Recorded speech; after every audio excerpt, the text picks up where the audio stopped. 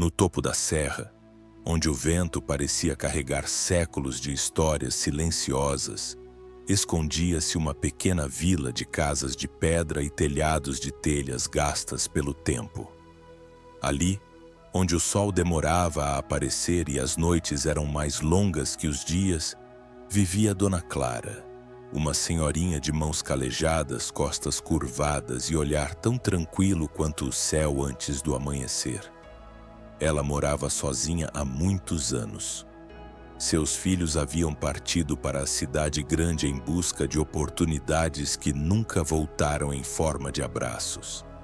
Alguns já nem mandavam notícias, mas Dona Clara permanecia ali, agarrada à sua terrinha e à sua fé, com seu chale cinza sobre os ombros e passos arrastados. Toda manhã varria o quintalzinho de sua casa de adobe, enquanto cumprimentava com carinho as galinhas que quase não botavam mais ovos e que, como ela, pareciam sobreviver por pura teimosia. A seca não havia apenas ressecado os rios, mas também a alma da vila de Pedra Alta. O milho estava escasso, e nas cozinhas de pedra mal se via fumaça subindo das panelas. Dona Clara, que sempre dividia o que tinha com quem precisava, estava ficando sem nada. Naquela manhã, ao verificar sua lata de mantimentos, encontrou apenas um punhado de grãos de milho, o último que restava. Suspirou com um gesto que não era de desistência, mas de ternura. Acariciou os grãos como se fossem filhos e decidiu usá-los para fazer um mingau. Não era uma festa, mas aqueceria seu estômago e seu coração uma última vez. Enquanto moía os grãos no pilão, pensava nos dias em que sua mesa se enchia de risadas, nos cantos dos filhos ainda pequenos, nas tortilhas ao centro e no café compartilhado. O fogão crepitava enquanto a panela começava a ferver. O aroma suave do milho cozido misturava-se ao da lenha, enchendo a humilde casa de uma nostalgia doce. Dona Clara serviu o mingau em uma caneca de barro rachada. Sentou-se em seu banquinho de madeira e, quando levou a caneca trêmula aos lábios, alguém bateu à porta. Era raro alguém aparecer àquela hora. Hesitou por um segundo, mas se levantou com dificuldade. Ao abrir a porta, encontrou uma menina magrinha, de uns 9 anos.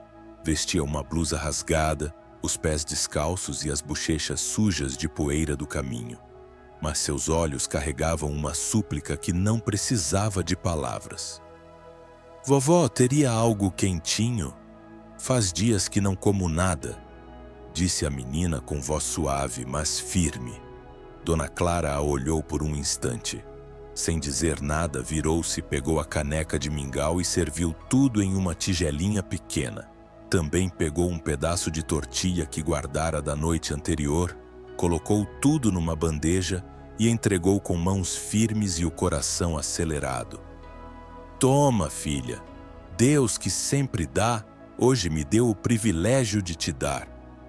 A menina, com olhos grandes e marejados, recebeu a comida como se fosse um tesouro. Seus lábios mal conseguiram murmurar um "obrigada". Antes de partir, ela parou. Olhou para a idosa com doçura e disse: "Deus nunca esquece quem dá sem medida. Que sua casa volte a se encher, vovó." E sem mais, foi embora. Dona Clara ficou parada na porta, vendo a figura da menina sumir na neblina da serra. Fechou a porta com calma. Não tinha mais nenhum grão de milho nem lenha suficiente para outro dia.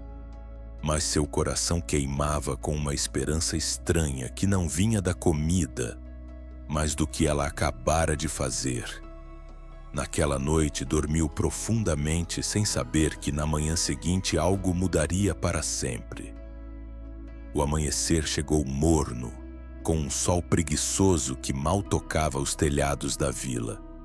O vento parecia adormecido, como se respeitasse o silêncio da terra e a quietude da alma dos que ali viviam. Dona Clara abriu os olhos com a lentidão de quem não espera mais surpresas. Levantou-se devagar, sem pressa. Seu estômago roncava de fome, mas seu coração batia com uma leveza estranha, como todas as manhãs. Foi até a despensa, não com esperança, mas por hábito de tantos anos. E então parou. O ar ficou pesado. Suas mãos trêmulas tocaram a porta de madeira, e ao abri-la, o mundo pareceu parar. Ali, onde no dia anterior só restavam alguns grãos soltos, agora havia um saco cheio de milho moído, fresco até o topo. Ao lado, uma lata com água clara, fresca como se viesse de uma nascente. Sobre a mesa, um monte de lenha seca, e ao lado, um pano cobrindo algo a mais. Uma cesta com frutas frescas que ninguém mais cultivava na vila. Dona Clara deu um passo atrás, esfregou os olhos e olhou novamente. Era real. Suas pernas fraquejaram e ela caiu de joelhos no chão de terra batida. As lágrimas começaram a escorrer com força, não de tristeza, mas de espanto, de gratidão. Daquela emoção que só se sente quando se toca o fundo do poço. Deus, obrigada, Senhor, sussurrou com a voz embargada. Obrigada por não se esquecer de mim. Naquele dia, Dona Clara não cozinhou para si. Moía o milho no pilão de sua mãe, acendeu o fogão com cuidado e preparou mingau e tortilhas como nos velhos tempos. Não precisava pensar em quem ajudar. Ela sabia bem quem precisava.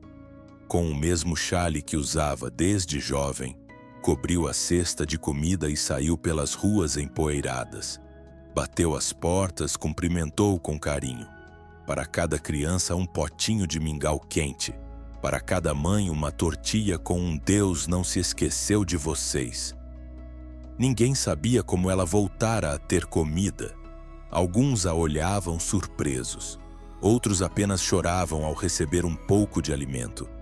Uma vizinha se atreveu a perguntar: "De onde tirou tanto, Dona Clara, se ontem não tinha nada?" Ela apenas sorriu com ternura e respondeu: "De onde vem toda a bênção verdadeira? Do céu, quando se dá sem esperar." Mas o que Dona Clara não sabia era que nem todos na vila recebiam sua generosidade com alegria. Naquele mesmo dia, em uma das casas maiores da vila, uma mulher de rosto rígido e olhar invejoso fechou a cortina com força. Era Dona Inês, que por anos acumulava mantimentos por precaução, mas nunca dividia com ninguém. Ela observava com rancor como as crianças voltavam a rir e as mulheres agradeciam à idosa. "Por que ela sim e eu não?" murmurou com amargura. E esse veneno da inveja começou a contaminar outros. Alguns cochichavam que ela devia ter feito algum acordo, que ninguém recebia tanto assim do nada. Outros diziam que era injusto que uma só pessoa tivesse a bênção enquanto os outros mal sobreviviam. Naquela noite, enquanto Dona Clara dormia em paz, outros não conseguiram fechar os olhos, não por fome, mas pelo barulho de suas consciências. O que nem Dona Clara nem os outros sabiam era que o milagre estava apenas começando. A notícia se espalhou pela vila como fogo em palha seca. Dona Clara tinha comida de sobra. E não só isso. Toda manhã sua despensa voltava a se encher, sem que ninguém soubesse como. Os mais necessitados viam isso como um presente divino. Diziam que Deus tinha visto sua generosidade e multiplicado sua bondade. As mães agradeciam com lágrimas. As crianças a abraçavam como se fosse a avó de todos. E a cada amanhecer, Dona Clara fazia com amor as tortilhas mais macias, o mingau mais doce, e saía para repartir sem reservas. Mas nos cantos escuros da vila, onde a alma havia endurecido com os anos, crescia outra semente muito mais perigosa. "Por que ela?" dizia Dona Inês entre dentes, olhando pela janela enquanto fingia varrer. "O que a torna melhor que os outros? Talvez ela esteja escondendo algo", sussurrou sua cunhada. "Talvez esse milagre não seja tão puro quanto parece." E assim, a inveja disfarçada de desconfiança começou a tomar forma. Alguns diziam que Dona Clara recebia ajuda de algum forasteiro, outros que tinha comida guardada de anos atrás, e uns poucos, os mais sombrios, ousaram dizer que talvez não fosse Deus quem estava por trás disso, mas algo mais.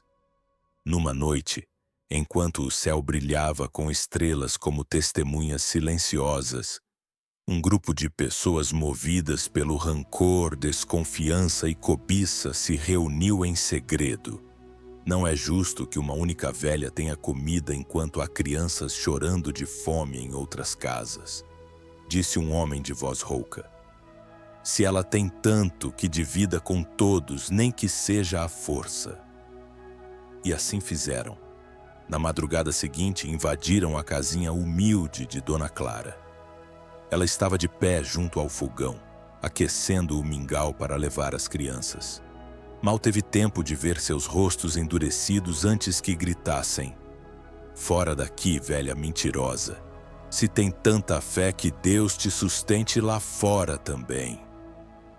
Alguém arrancou a panela do fogo, outro pegou os sacos de milho e as cestas de frutas, empurrando-se como hienas, com mais fome na alma do que no estômago. Em minutos a casa ficou vazia e Dona Clara, com seu chale velho nos ombros, foi forçada a sair sob a luz fria do amanhecer. Ela não disse nada, não gritou, apenas baixou a cabeça enquanto seus olhos se umedeciam, não de raiva, mas de dor. Caminhou até um velho curral abandonado nos arredores da vila, onde anos antes dormiam as ovelhas que criava com seu marido. Sentou-se no canto menos frio, abraçando os joelhos e olhando para o céu. "Não me deixe, Senhor", sussurrou. "Não guardo rancor deles, mas o que será deles agora?" Enquanto isso, na vila, aqueles que saquearam sua casa celebravam seu triunfo com tortilhas recém-feitas, frutas doces e água fresca. Comeram até se fartar, riram, zombaram dos ingênuos que falavam de milagres. Mas, naquela mesma noite, começou o silêncio. Ninguém notou no início. As latas que usavam para guardar água amanheceram secas, os sacos tirados da casa de Dona Clara endureceram como pedras. E o mais estranho, tudo o que cozinharam começou a cheirar rançoso, insípido, quase intragável. As crianças acordaram com náuseas, as mulheres sentiam dores no estômago e os homens, por mais que tentassem reavivar o fogão, não conseguiam fazer com que a comida roubada os satisfizesse. A bênção não se rouba, e o que vem de Deus não se sustenta pela ganância. A vila inteira entenderia isso tarde demais. A manhã seguinte amanheceu com um céu pesado, sem vento, sem canto de pássaros, como se até a natureza se recusasse a acompanhar a vila. A seca, que por alguns dias pareceu dar trégua, voltou com uma força mais cruel. As folhas das árvores murchavam sem explicação, e os poços que ainda tinham água secaram de repente, como se alguém os tivesse esvaziado durante a noite. A comida tirada da casa de Dona Clara começou a apodrecer. As tortilhas ficaram pegajosas, a água amarga. Algumas crianças adoeceram, outras simplesmente não queriam comer.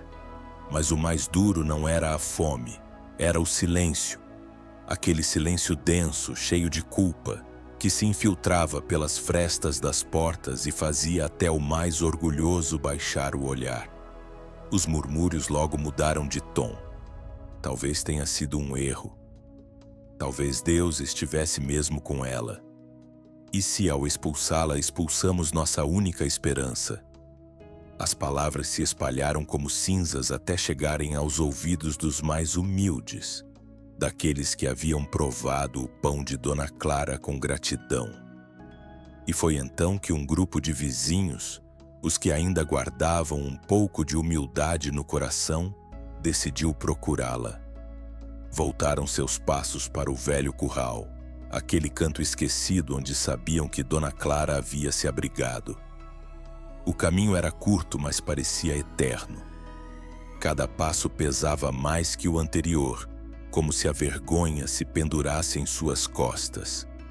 Iam em silêncio, com as mãos vazias e os corações partidos, rezando para que não fosse tarde demais.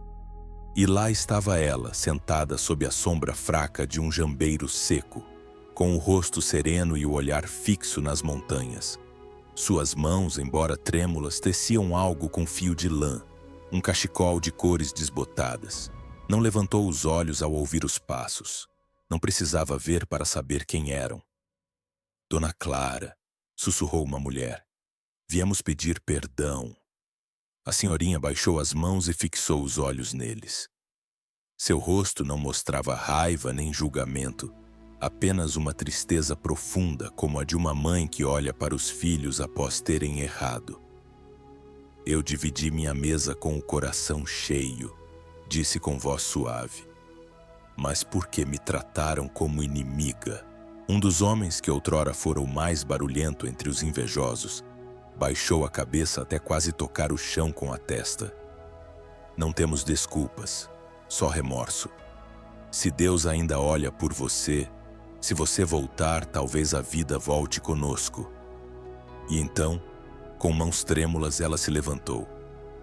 Mas não guardo rancor, acrescentou com um sorriso quase imperceptível.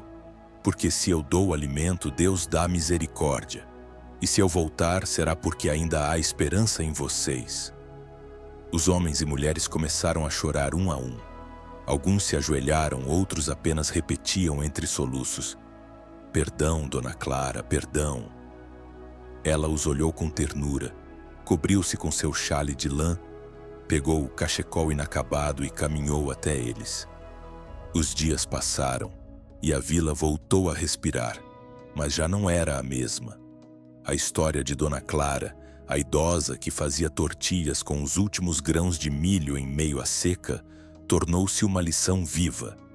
Ninguém esqueceu como sua bondade incondicional abrira a porta para o milagre.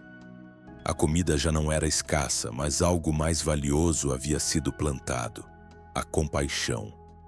Dona Clara, por sua vez, continuou acordando com o amanhecer, acendendo seu fogão com mãos que agora tremiam menos.